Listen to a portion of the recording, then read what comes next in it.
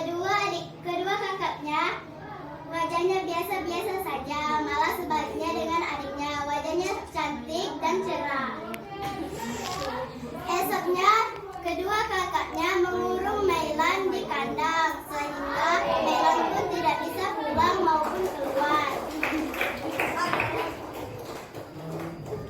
Namun mereka tidak tahu karena mereka diamati oleh Dewi Bulan. Merasa kasihan, suatu malam Dewi Bulan menghampiri Mailan untuk mengajaknya ke langit. Mailan pun mau. Dia tinggal bersama Mailan di langit. Kedua kakaknya menghampiri Mailan di kandang. Mereka terkaget karena tidak tahu di mana Mailan berada. Ketika malam, mereka melihat wajah Mailan di langit. Mereka pun makin kesal dengan Mailan. Mereka menghampiri nenek licik untuk melenyapkan Mailan. Sang nenek licik berubah menjadi pengembara wanita. Ia menawarkan tusuk konde perak untuk Mailan. Mailan pun memasangnya. Ia lupa dengan janji sang Dewi Bulan untuk jangan menguruskan ke siapa-siapa saja itu.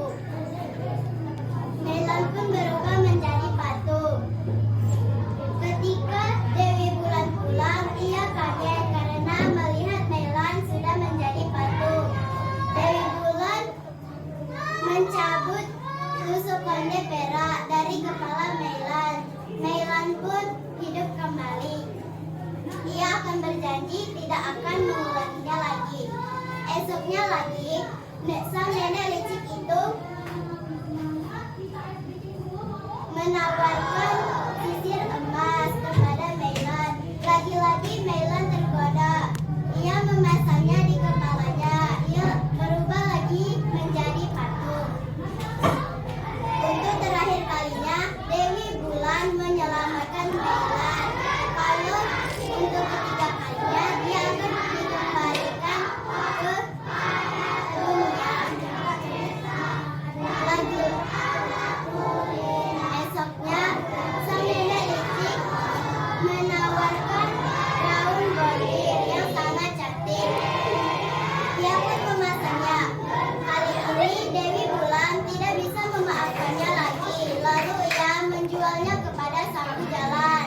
Sapu Jalan memberikan uang receh kepada Dewi Bulan. Sapu Jalan membawanya ke kota. Lalu dia menjualnya ke pangeran. Seberat emas sama dengan patung. Lalu pas di istana, pangeran itu menatap patung itu.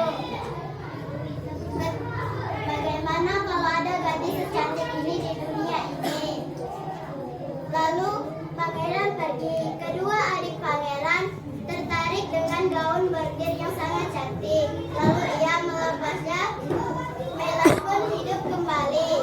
Ketika pangeran pulang, ia terkejut karena melihat gadis yang sangat cantik seperti patung itu. Pangeran pun menikahinya dan merayakan pesta semarak dan meriah. Jadi itulah tentang dari saya. Wabillahi taufiq wal hidayah. Wassalamualaikum warahmatullahi wabarakatuh. Waalaikumsalam warahmatullahi wabarakatuh. Saya akan menceritakan tentang dongeng anugerah Tuhan untuk Singgung. Singgung baru saja pindah ke rumah barunya. Ia berharap bisa punya banyak teman di sana. Singgung lantas membagikan makanan kepada beberapa hewan di sekitar rumahnya. Sayangnya, tidak ada yang mau berteman dengan Singgung. Mereka selalu menutup hidungnya saat Singgung datang tak lama. Mereka pun pergi meninggalkan Singgung. Singgung pun merasa sedih. Mengapa tidak ada yang mau berteman denganku? Apa ini karena bau busuk dari tubuhku? Batin Sigung.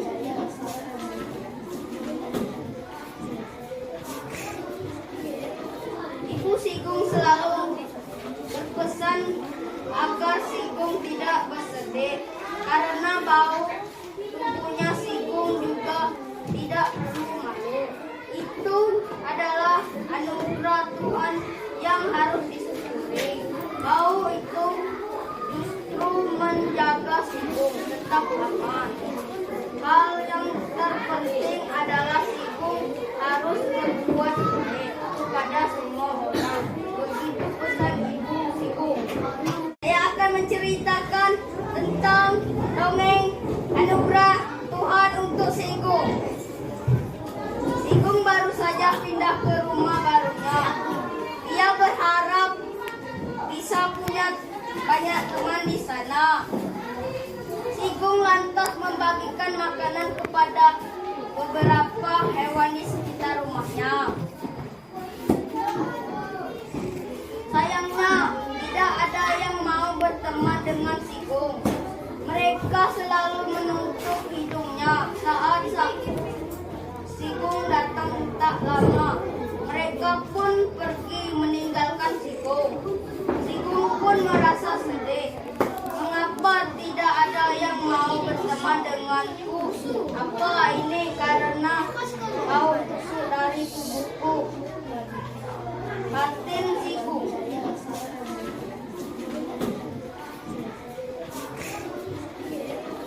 Ibu Sigung selalu berpesan agar Sigung tidak bersedih karena bau tubuhnya Sigung juga tidak perlu malu.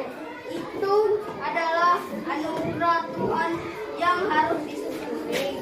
Bau itu justru menjaga Sigung tetap aman. Hal yang terpenting adalah Sigung harus berbuat baik kepada semua orang. Begitu pesan Ibu Sigung. Saya akan bercerita tentang parade binatang. Bum, bum, bum. Suara ribut apa itu? Oh, gajah sedang menari. Ayam menghentakkan kaki seperti gajah. Bum, bum, bum. Hop, hop. Tet, tet. Sekarang apa lagi? Oh, kelinci juga menari. Ayam menari seperti kelinci. Selalala, selalala. Mus, mus. Burung pun menari. Yuk tirukan mereka.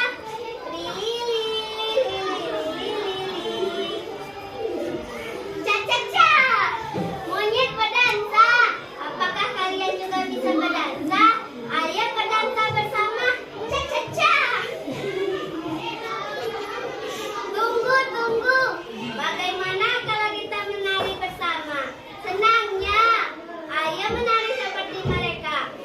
Bum, bum, bum. Salalalala, salalalala. Lili, lili, lili.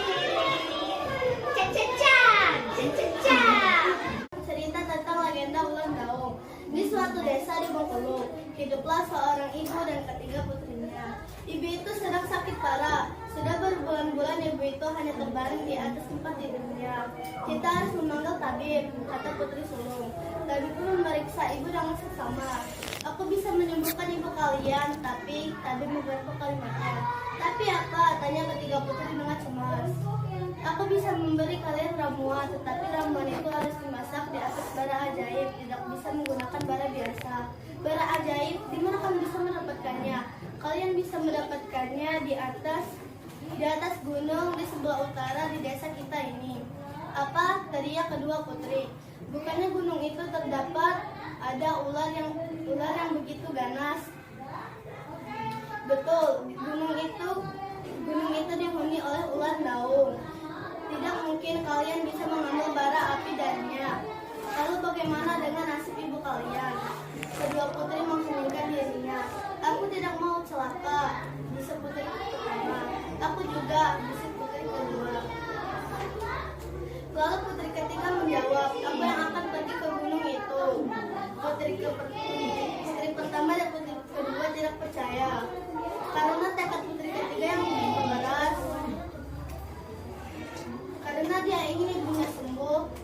pergi ke gunung. Dengan sedikit bekal, lalu dia pergi ke gunung. Saat sudah hampir sampai ke gunung, putri ketiga sangat lelah. Lalu dia makan sambil menyantai di atas